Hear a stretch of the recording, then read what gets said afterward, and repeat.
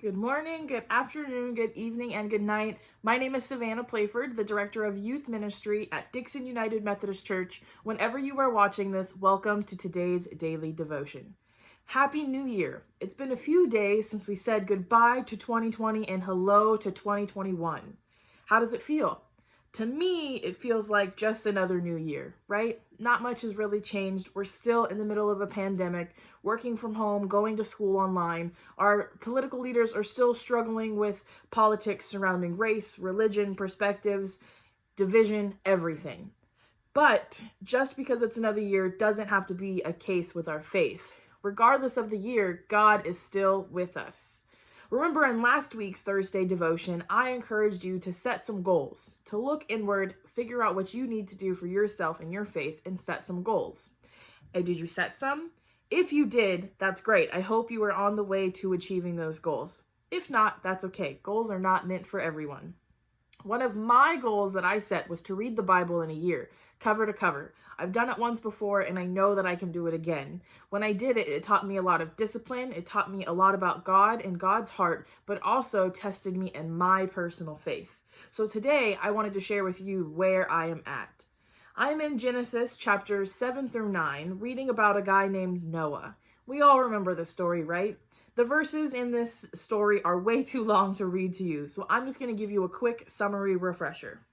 So the Lord saw the earth was being filled with bad people who were doing bad things, and he knew that he needed to change things quick because this is not what he intended for our world. So he came up with the idea to have a great flood and wipe out everything and everybody who was not aligned with God's will. But God saw Noah and his family were doing good, so he wanted to save them. So God went to Noah, who, mind you, was nearly 600 years old, by the way, and told him to build an ark because the flood was going to come.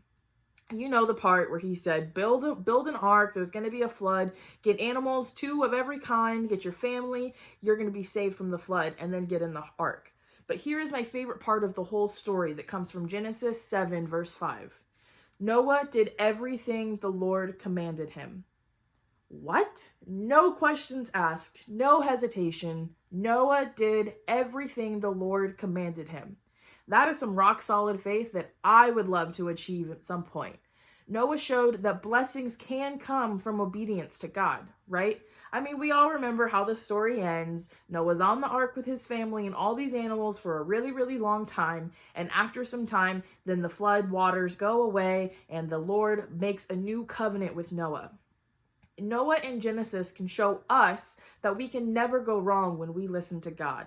God always has our best intentions in mind and in his heart. So take action. Think about things in your life. What floods do you need to have happen to get rid of some of the bad things or maybe even some bad people that are negatively influencing your life? How can you be more open to listening to God? How can we help others listen to God?